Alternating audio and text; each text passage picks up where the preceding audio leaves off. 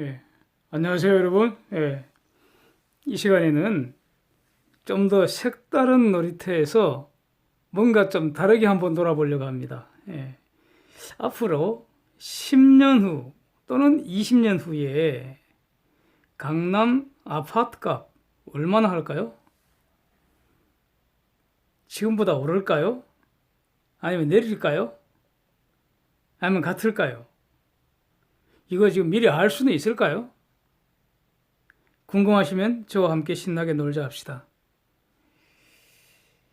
가령 지금은 모르지만 간절히 알고 싶은 30년 후 강남 아파트 값을 미지수 X라 두고요. 우리가 비교적 정확히 알 수 있는 변수들을 정리해서 X를 포함한 방정식을 수립하고 요 방정식 놈을 풀어서 해체해버리면 미지수 X 값을 얻는다. 멋진 아이디어죠? 예, 여기까지 낚시입니다. 예. 한번 놀아보겠습니다. 동과 홍상 무슨 뜻이죠? 초록 치마와 다홍 치마 중 어느 것이 비싸다는 겁니까? 다홍 치마가 더 비쌉니다. 그죠? 동과 홍상이니까. 동과 강남 같은 값이면 강남 아파트 산다는 겁니다. 그래서 강남 아파트는 다른 아파트보다 돈을 더 줘야 합니다. 이것을 강남 프리미엄이라 하겠습니다. 가령 같은 아파트가 강남에서는 대략 30억, 강북에서 15억이라면은 강북에 대한 강남 프리미엄은 15억이 되는 겁니다. 네, 이런 뜻입니다. 네. 수도권 아파트 7억이라면은 수도권에 대한 강남 프리미엄은 23억 원, 뭐 이런 겁니다. 자, 동가 강남 현상은요, 5년 후에도 존재하겠죠. 10년 후에도 아마 존재할 것 같습니다. 30년 후에도 지속할 거다 이렇게 가정하는 게 뭐 무리는 없을 것 같죠. 그런데 그 프리미엄이 어느 정도가 적절할지는 뭐 알 수 없는 거죠. 또 이런 가정이 최소한 강남 아파트 가격에 불리하지는 않을 겁니다. 그렇죠? 무리 없잖아요. 그러니까 30년 후에는 강남 프리미엄이 사라진다 그러면은 강남 아파트한테 불리한 거죠. 그냥 있다고 했으니까 불리하지는 않잖아요. 예. 자, 예쁜 그림 한번 감상하시죠. 네, 얼마나 이쁩니까? 자, 이 그림이 무엇을 말하고 있습니까? 대략 지금 50대를 예를 들면요, 태어나던 시절인 50여 년 전 인구 분포, 그 다음에 현재의 인구 분포, 100세 시대에 죽기 직전인 40여 년 후 인구 분포. 그래서 과거와 현재의 인구 분포는 지금 팩트입니다. 이건 검증된 사실이고요. 미래 인구 분포는 가령 그 사이에 뭐 전쟁이나 기근이나 전염병 이런 특별한 사정이 없는 한 팩트라고 봐야 할 겁니다. 그죠? 그림이 참 독특합니다. 과거, 현재, 미래의 한국을 확인할 수 있습니다. 총인구 0세부터 살아있는 모든 사람, 총인구라 하잖아요. 총인구 중에서 나이가 15세에서 64세까지를 생산 가능 인구라고 합니다. 이 생산 가능 인구가 작년부터 감소하기 시작했습니다. 내년부터 대략 80만 명에서 90만 명이 생산 가능 인구가 감소하고요.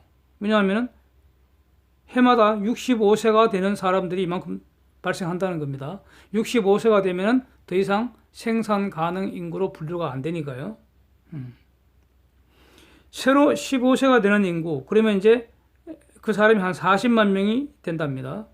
즉, 생산 가능 인구에서 빠져나가는 사람이 80에서 90만이고, 새로 생산 가능 인구에 들어오는 사람이 40만 명 선이라니까, 대략 해마다 40만 명에서 50만 명 정도 생산 가능 인구가 감소합니다. 이거 엄청난 겁니다. 이것이 적어도 최소한 16년 이상 계속된다는 겁니다. 이것이 팩트입니다.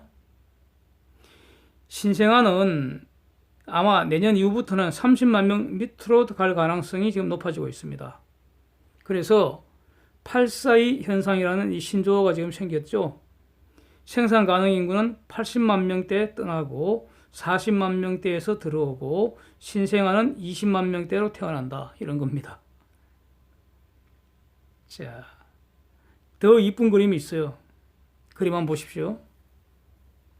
지금 50대가 일하기 시작할 때, 즉 그분들이 20대일 때는요, 성장률, 연평균 GDP 성장률이 10에서 13% 아주 고도 성장기였습니다. 자, 30대일 때는 성장률이 5 내지 7%로 떨어졌고요. 40대일 때는 성장률이 3 내지 4% 이렇게 됐습니다. 지금은 성장률 2 내지 3%입니다. 자, 이렇게 바뀌었습니다. 앞으로는 어떨까요?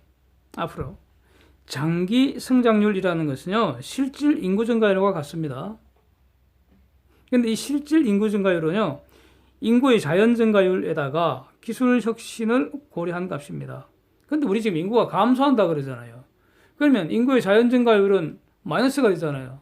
그래서 기술 혁신이 계속 일어난다고 하더라도 우리 장기 경제 성장률은 참 이게 말하기 좀 이해가 안 갈 정도로 0% 넘기기 힘들 수도 있습니다. 예.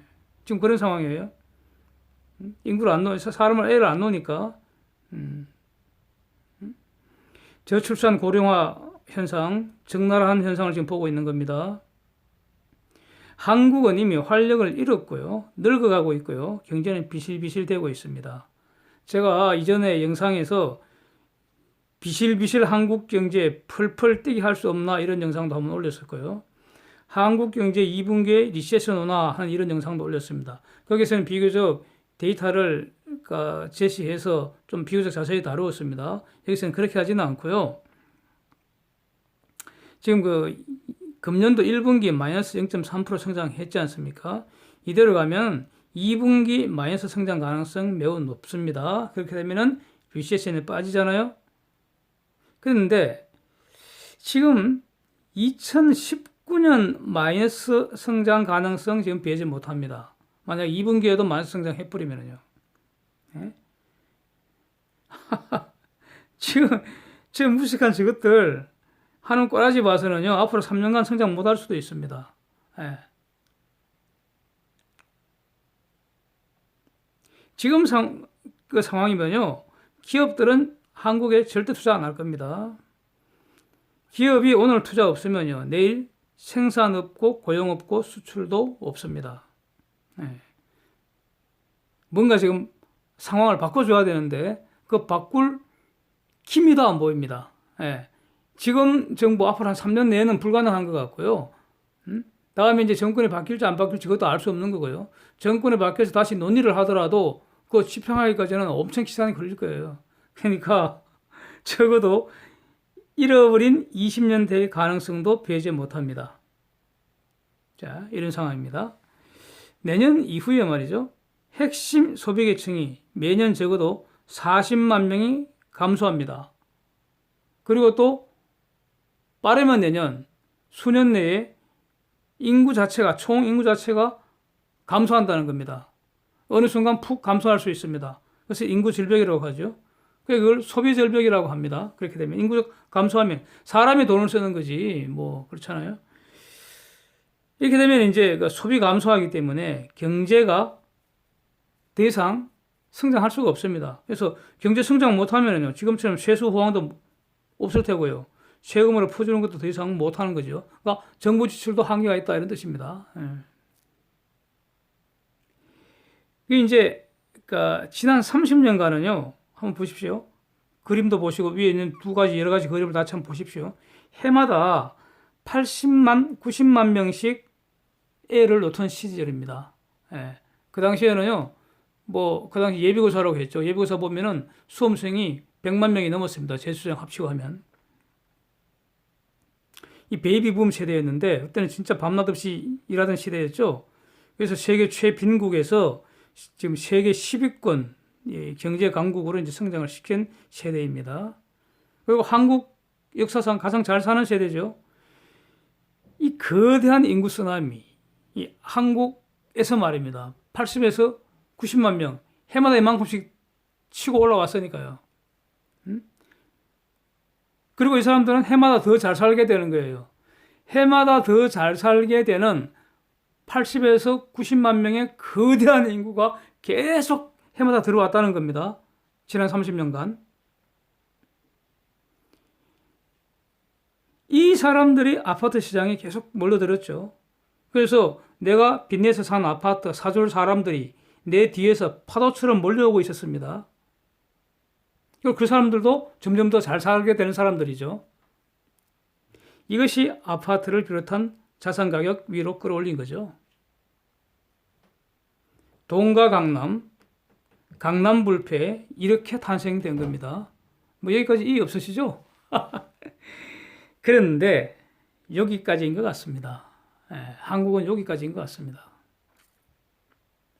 앞으로 30년은요, 정확하게 정반대 현상이 벌어지게 됩니다. 그렇게 몰려왔던 인구들은 이제 정반대로 쓸려 나가야 됩니다. 그렇잖아요. 이제 다 늙었으니까 죽어야 될 거 아닙니까? 이를 채울 사람들은 계속 줄어듭니다. 경제활동 인구가 해마다 40에서 50만 명씩 사라진다는 겁니다. 이게 최소 16년 동안 지속됩니다. 내가 빚내서 산 아파트 사줄 사람이 계속 줄어든다는 겁니다. 경제성장은 비실비실 0을 기준으로 상하 진동만 지겹게 할 가능성이 있습니다. 이제 앞으로는요, 인플레라는 말 들어보기 힘들 겁니다. 인플레는 까마득한 70년대 고전적 이야기가 될 거고요. 디플레 시대 올 가능성이 있습니다. 이런데 아파트 가격 오를까요? 자, 지방부터 내리겠죠, 뭐. 그 다음에 수도권 내릴 거고요. 또 서울 변두리부터 내리겠죠.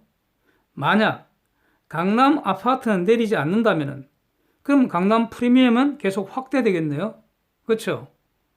다른 아파트는 내리는데 강남 아파트는 그대로 있다면 강남 프리미엄이 계속 확대되는 거 아닙니까?